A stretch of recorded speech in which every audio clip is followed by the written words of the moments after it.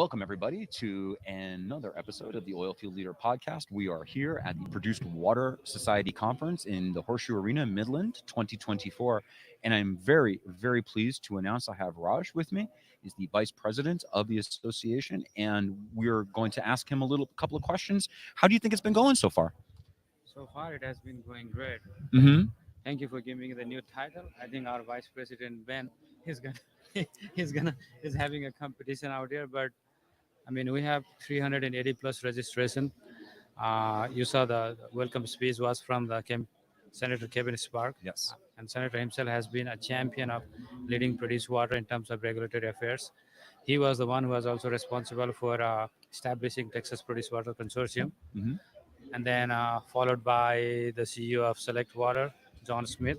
One of the great presentations out there in terms of overall sharing where the industry is heading, what is the history of managing produced water from just using fresh water to evolving to treating produced water and using it versus going into a midstream business.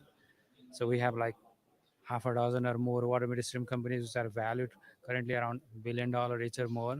And then now going into more into the beneficial review side of it. So we had a great overall industry overview from John, and then followed by Eric Huber, who is also the president of VTX Energy, an independent operator in the Permian and Delaware Basin, having around 40,000 barrel per oil per day of production, and they themselves are generating around 300,000 barrel of produced water per day, followed by some great panel discussions and presentations about different technology, right? So overall, I think, yeah, the conference and the event has been great so far. Yeah. Absolutely, absolutely. And that's one thing that I've noticed is that there have been so many people discussing the technologies that are available and what they're trying to do. And it's not just specifically because of course, you can have specific initiatives that do well and some that don't, Mhm. and that's fine. We have to have that. But what's very encouraging is the overall direction. This is very encouraging. I was speaking earlier with some other very learned people that there's so much produced water. Why is this a waste and not an asset, a commoditable asset?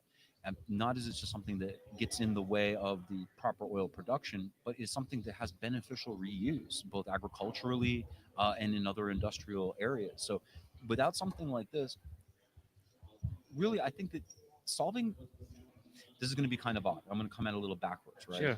Much like how the military they spend a lot of money and they advance technologies and they come up with new solutions.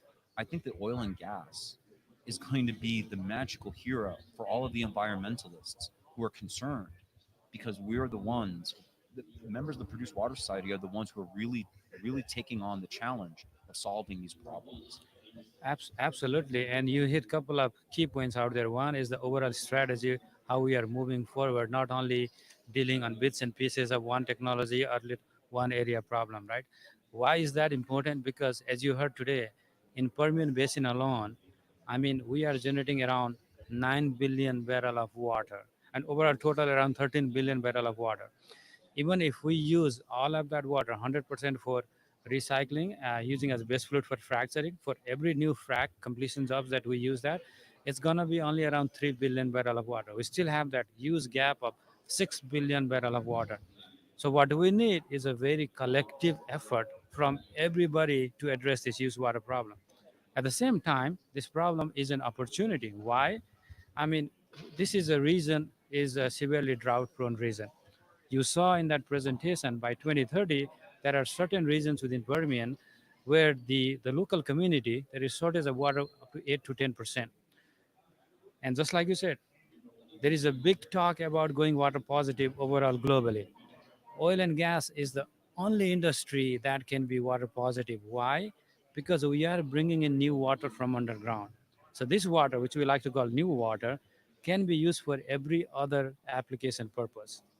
So we have abundance of water.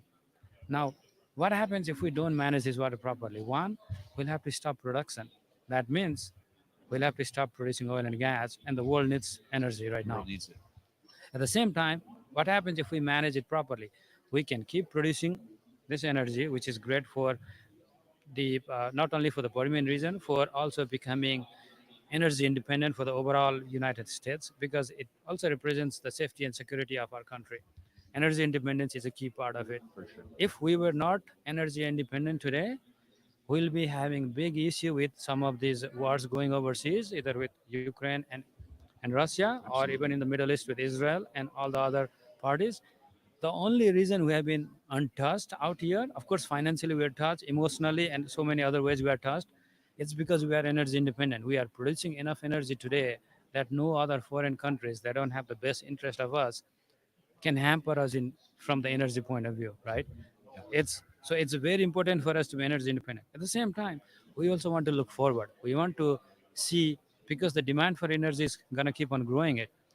So that's what I mentioned on I don't know if you're on present on my panel. I was moderating. If we use Google, if you say if Google today and find out who is Rajendra Ghimire, versus if you use ChatGPT 4 and include the same input, who is Rajendra Ghimire, the amount of energy that ChatGPT 4 uses versus Google is 10 times more. Our generation is going to be using more and more generative AI and all this energy consumption. The energy consumption is going to come up. So how do we manage that? It's because if we can leverage produced water to generate hydrogen, to abstract minerals so that we can help on EV, right? Go with geothermal, we'll need water there as well. Bring data centers out here, which will Yes. need a huge volume of water. And Yes. also produce good water, I call new water for the agriculture. So, I mean, it's an opportunity if you look in the right direction, but it needs to be a collective effort. Correct. And you are absolutely correct. It's a strategy where everybody needs to work together. Right. And Wallace Wattles in The Science of Getting Rich in 1901, he says that every problem brings the seed of its own solution. But we have to be willing to find that seed. And as you say, it can be a problem, but the other side is this opportunity. And we have to be willing to seize that opportunity, especially with the raw, and I don't mean gross by disgusting, but gross by huge Mhm. amounts of water that Yeah, we have. We really are in a position like no one else. And I do want to say you're very right. In terms of energy independence, there are other countries, like many countries in Europe, that have nothing to do with what's going on, yeah, and they are held hostage. yep. All right, and they have nothing to do with what's going on. Yeah. So, Rush, I want to thank you so much for taking your time and coming and speaking to us. Congratulations on your elevation to vice president. We really appreciate it. Thank you, Ben. And thank you very much. What a pleasure. Thank you. Thank you Thank you, so much. Raj. Thank you for having me. Thank you, sir. We'll speak to you Thank soon. thank you. Thank you very much, and we'll catch you.